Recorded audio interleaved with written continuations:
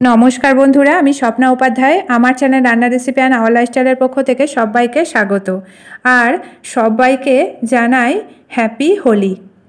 আজ আমি ছানা ছাড়াই মাত্র 10 টাকার প্যাকেটের গুঁড়ো দুধ দিয়ে কিভাবে 2 কেজি ওজনের মিষ্টি বানাবো সেটাই আজ আমি আপনাদের সঙ্গে শেয়ার করব।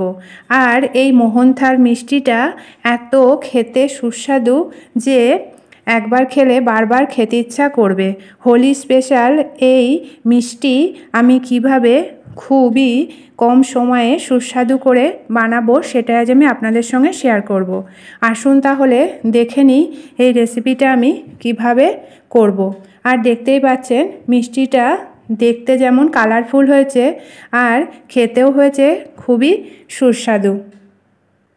এই মোহনথাল মিষ্টি বানানোর জন্য এখানে আমি একটা বড় মাপের কড়াই বসিয়ে দিয়েছি আর সামান্য পরিমাণে একটু জল দিয়ে এর মধ্যে দিয়ে দিলাম 250 পরিমাণ খেজুরের গুড়। খেজুরের গুড় দিয়ে এটাকে মিডিয়াম ফ্লেমে রেখে একদম আঠালো করে জাল করে নিতে হবে প্রায় 5 থেকে 7 মিনিট ধরে। গুড়টা আঠালো করে জাল করা হয়ে গেছে আর ঠিক এরকম আঠালো করেই জাল করতে হবে। আবার খুব বেশি আঠালো করলেও হবে না, তাহলে গুড়টা আবার দানা হয়ে যাবে।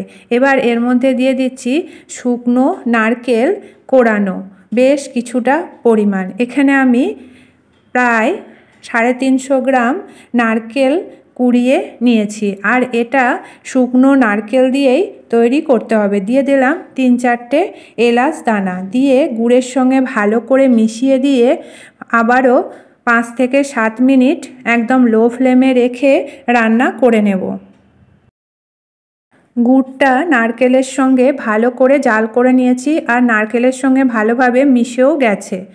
এবার এর মধ্যে দিয়ে দিচ্ছি 3 চামচ চালের গুঁড়ো, গোবিন্দভোগ চালের গুঁড়ো দিয়ে দিলাম, তাতে করে নারকেলটা বেশ আঠালো হবে। এবার ভালো করে মিশিয়ে দিয়ে আবারও এটাকে 4 থেকে 5 মিনিট মিডিয়াম ফ্লেমে রেখে সবসময় নাড়াচাড়া করে রান্না করে নিতে হবে। এবার এর মধ্যে দিয়ে দিচ্ছি 10 টাকার প্যাকেটের যে গুঁড়ো দুধ পাওয়া যায় বাজারে, সেই গুঁড়ো দুধ আমি এই নারকেলের মধ্যে দিয়ে দিলাম, দিয়ে ভালো করে মিশিয়ে দিয়ে এটাকে আবারও 2 মিনিট রান্না করে নিতে হবে। এবার দিয়ে দিচ্ছি এর মধ্যে বেশ কিছুটা পরিমাণ হোমমেড খোয়া ক্ষীর। এই হোমমেড খোয়া ক্ষীরটা আমি ঘরে তৈরি করে তারপরে এটাকে ভালো করে গ্রেট করে নিয়েছি, দিয়ে ভালো করে মিশিয়ে দিতে হবে। ভালো করে মেশানো হয়ে গেছে। এবার এর মধ্যে দিয়ে দিলাম প্রায় 50 গ্রাম পেস্তা গ্রেট করে, দিয়ে এটাকে ভালো করে আবারও মিশিয়ে দিয়ে একদম লো ফ্লেমে রেখে সবসময় নাড়াচাড়া করে 5 থেকে 7 মিনিট রান্না করতে হবে এবং ভালো করে আঠালো করে জাল করে নিতে হবে। মিষ্টিটা যত ভালো আঠালো হবে ততটাই কিন্তু খেতে খুবই সুস্বাদু হবে। এটাকে আঠালো করে জাল করা হয়ে গেছে। এবার একটা থালায় নামিয়ে নিয়ে ঠান্ডা হতে দেব। এখানে একটা বড় মাপের থালা নিয়ে নিয়েছি, দিয়ে দিলাম গরম করে রাখা ঘি। ঠান্ডা করে নিয়ে থালার মধ্যে ভালো করে ব্রাশ করে নিতে হবে, তাতে করে মিষ্টিগুলোর মধ্যে একটা সুন্দর স্মেল আসবে। ভালো করে থালাটা ব্রাশ করে নেওয়া হয়ে গেছে। এবার মিষ্টির ডোটাকে থালার মধ্যে নামিয়ে নিয়ে ভালো করে চারিদিকে সমান করে নিতে হবে। পুরো ডোটা নামিয়ে নেওয়া হয়ে গেছে।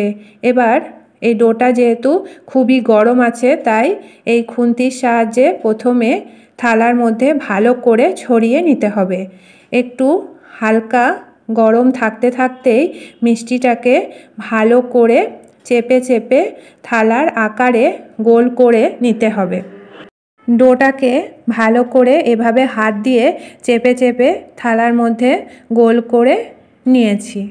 আর এই মিষ্টিটা যতটা আঠালো হবে ততটাই কিন্তু খেতে ভালো হবে। এবার একটা চাকুর সাহায্যে চৌকো চৌকো করে ছোট বড় আকারে কেটে নিতে হবে।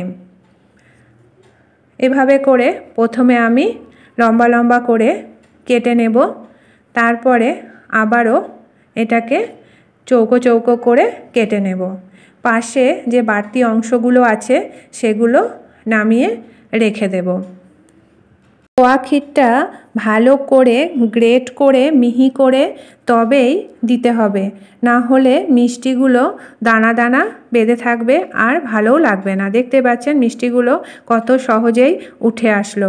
এভাবে করেই সব মিষ্টিগুলোকে ভালো করে উঠিয়ে নিয়ে একটা প্লেটে সুন্দর করে সাজিয়ে নিতে হবে। মিষ্টিগুলো যদি আঠালো না হতো তাহলে কিন্তু ওঠানোর সময় ভেঙে যেত আর খেতেও কিন্তু ভালো লাগতো না।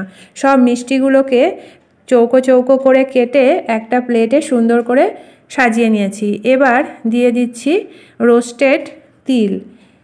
তিলগুলোকে ঠিক এভাবে করে মিষ্টির ওপরে ভালো করে দিতে হবে। তৈরি হয়ে গেল দুর্দান্ত স্বাদের মিষ্টি মোহনথাল। আর এই মোহনথাল মিষ্টিটা খেতে এতটাই সুস্বাদু যে একবার খাবে তার বারবারই এই মিষ্টিটা খেতে ইচ্ছা করবে। শুকনো খোলায় ভেজে রাখা সাদা তিল মিষ্টির চারিদিকে ভালো করে লাগিয়ে দিয়েছি। তাতে করে মিষ্টিগুলো দেখতে যেমন সুন্দর লাগছে আর খাওয়ার সময়ও কিন্তু খুবই সুস্বাদু লাগবে। তাহলে বন্ধুরা দেখলেন তো, মাত্র 10 টাকার গুঁড়ো দুধ দিয়ে কত সহজেই তৈরি হয়ে গেল 2 কেজি মিষ্টি। এই রেসিপিটা যদি আপনাদের ভালো লেগে থাকে তাহলে লাইক শেয়ার কমেন্ট করবেন। আর আমার চ্যানেলকে এখনও যারা সাবস্ক্রাইব করেনি প্লিজ সাবস্ক্রাইব করে নেবেন। আজকের মতো এটুকুই, আবার দেখা হবে আগামী নতুন পর্বে। ভালো থাকবেন, সুস্থ থাকবেন, ধন্যবাদ।